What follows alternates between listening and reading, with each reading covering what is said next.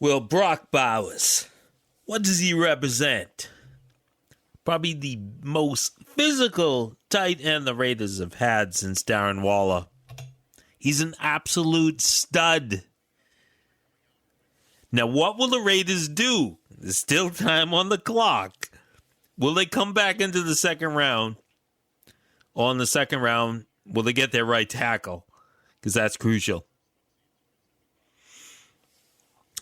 But I don't think Raider fans understand what's going on right now, and they are bewildered. I have to do a cover. A follow up because Raider fans are just, bewildered right now. I'm totally in the category of building in the so-called trenches. That your offensive linemen are your pulse. It's the heart of your team. It really is. It's indispensable. Going back to those stupid commercials with monotone Dan Marino buying his offensive lineman. It was fake. It was a commercial. Isotona gloves, driving gloves. Remember that? Anyone remember that? No. Okay. Well, guess what? The joke was Dan Marino didn't need an offensive line because his release was like unbelievably fast. I wanted the Raiders to trade up for Dan Marino so bad, and I didn't even follow college football. We're talking about I was 9 years old or something, or 10. I just knew he was going to be the best, and it would have been a bad situation if he came to the Raiders. He would just sucked. But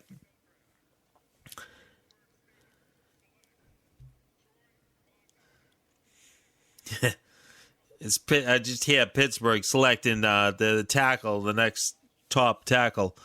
But Brock Bowers, that sounds like an old-fashioned football name, let me tell you. And he wasn't at the draft, which is how many Raider draft picks have not been at the draft? Well,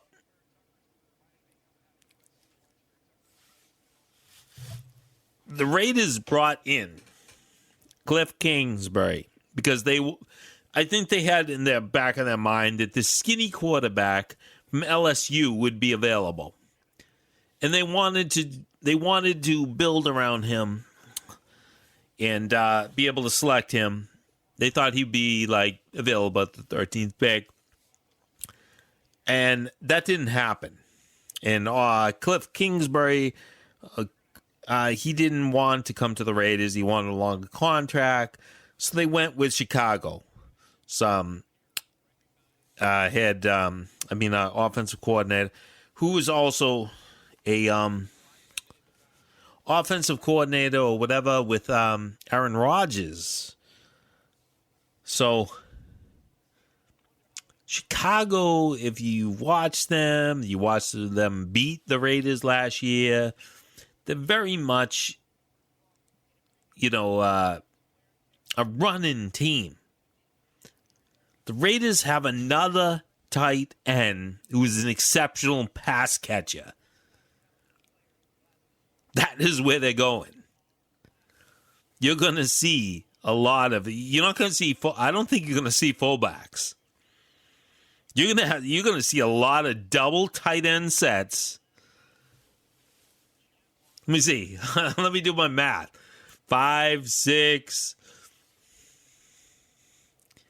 You're not going to see a lot of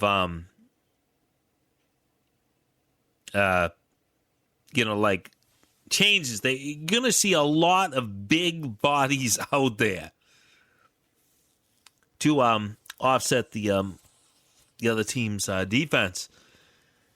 And Raider fans, I know you're on the edge right now, but can you just give me an identification? Yeah, you jump off or whatever, it's going to be real hard identifying you. If you just tell me who you are, the wallets get all smushed up below. It makes a huge mess. I know you don't see what's going on right now. I joked they should go for the white cornerback, which would have been funny.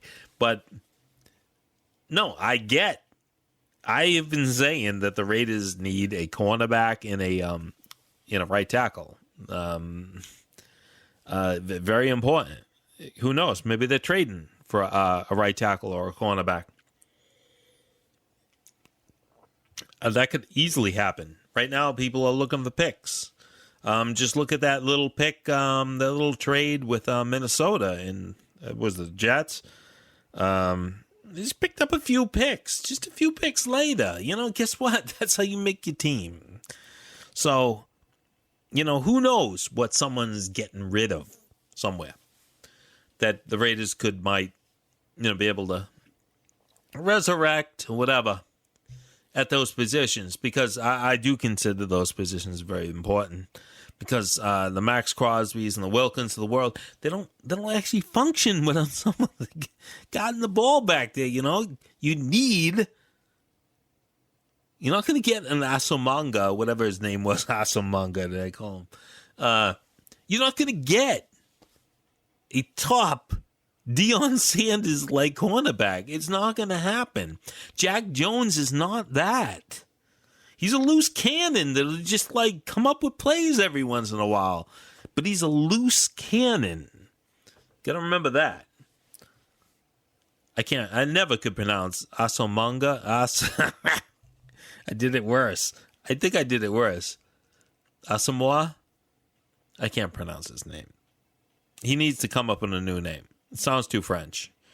So, they're not going to get... I'm trying to think of some other ones. Charles Woodson was actually a cornerback, and then he was converted. They're not getting any of those guys. So, I think I wouldn't say he was not the best player available, because they have a different idea in mind. Whatever they had going on in their dream world of who they were going to select, word is they were trying to trade up. So, and I don't think that was a good thing. So, you don't think that the Raiders will succeed with the pick they just got, but I'm telling you it's going to help them a lot. Because this process is just beginning, and they are going to be getting a right tackle at some point. You can find right tackles in the second and third round. You can find hardly any right tackles in the first, second, third round if you have to give up all those picks. Do you understand that when you have to trade up? People think because these jokers on NFL Network call these so-called prospect quarterbacks franchise quarterbacks. None of them are franchise quarterbacks. You got to see last year Aiden O'Connell, what he did with a very minimal support, from a whole, preparation standpoint, coaching. And I think they really believe he is going to do way better under a system that's going to be built around him, and system that is going to help him. Myers was very good last year. And now you got this Brock Bowers. The Raiders have a duo tight end set. I'm listening. Ooh, you don't hear any cornerbacks go off? I swear, I'm listening. This is gonna be delayed, but obviously, I'm not hearing any cornerbacks going off.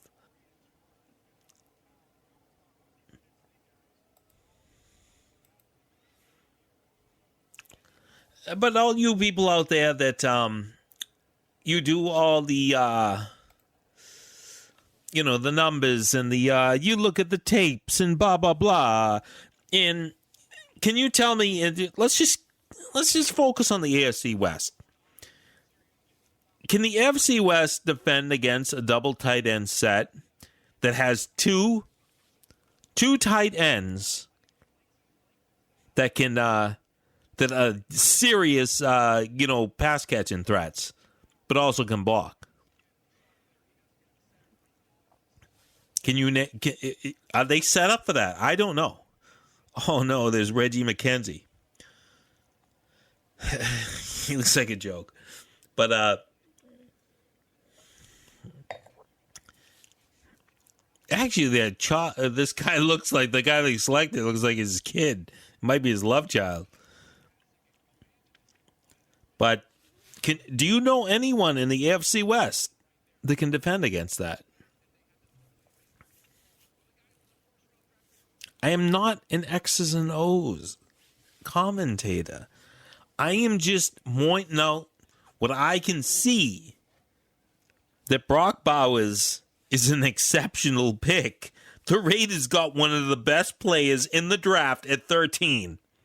Brock Bowers is better than Jaden Daniels. I don't care what kind of man crush, what kind of bromance you had with him. Brock Bowers is an athlete. He is big. He is strong. The Raiders just got a stud. I'm telling you.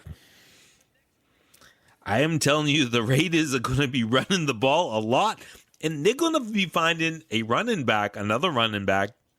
Although I don't discount Abdullah. I like Abdullah, especially when he kicked the ref in the face. It would have been funny if he kicked the ref in the face. But looking over the Raiders roster, what happened? I know people think that, Jacobs is gone, so the Raiders suck now, and Zamir White looked pretty good last year. He's going to look real good with a double tight end set that includes Brock Bowers in Myers. Yeah. This is they didn't even update this. Is Brian Hoyer still on the roster?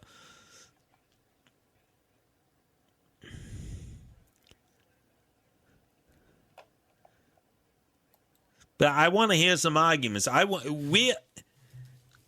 in the UFC West are they going to defend against that?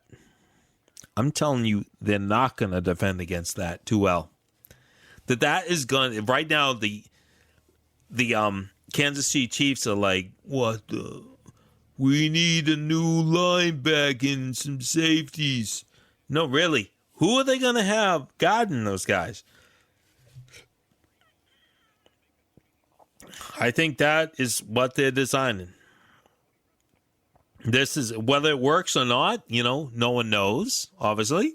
But this is what they want. They want big bodies out there. And the process is not over. Yes, I would like the process to continue. And I wanted Adams traded. What if Adams was traded and the Raiders selected a left tackle? Would you be upset? Like I said in my other video, you got sold into this Grifton idea that the Raiders were trading up for a quarterback. There was even a thing that said the Raiders were trading up for Penix earlier. Yeah, well, they would have had to. He was selected at 8. What was it, 8? They were talking about him trading up to the Patriots. Patriots need a quarterback. A little common sense is needed. I understand if you're young and you don't understand that, but they just don't do that. It's still a business. But the Raiders got a stud in Brock Bowers. You don't think it right now because tight end, what's that? A couple years ago, the Raiders had Darren Waller, and he was the best player they had outside of Derek Carr. I mean, that's hard to quantify or whatever, but he was actually the best physical athlete on the roster. He was the one that stood out and made everyone else on the defense look just silly. He's exceptional. He was exceptional. And now the Raiders just replaced him finally. And they have 2 tight ends to do that. And they will block. And they will catch. And Raider fans, it's not over. There's more to happen. There's more people going to be coming to the party. And I know it wasn't what you thought it was going to be, and your hopes have been decimated, but I say you've been grifted, you've been bullshitted, you have been lied to. Someone is trying to go for clicks. I'm not going for clicks. I am not. I'm telling you exactly what is going on. That guy they just got, I'm telling you, it looks weird in a college uniform, but that dude is a big stud. He is going to be a star. You should be excited. And Zamir White is going to be a star too, I think, because of it. And whoever else they draft. The Raiders are going to run the ball a lot. Trust me, a lot.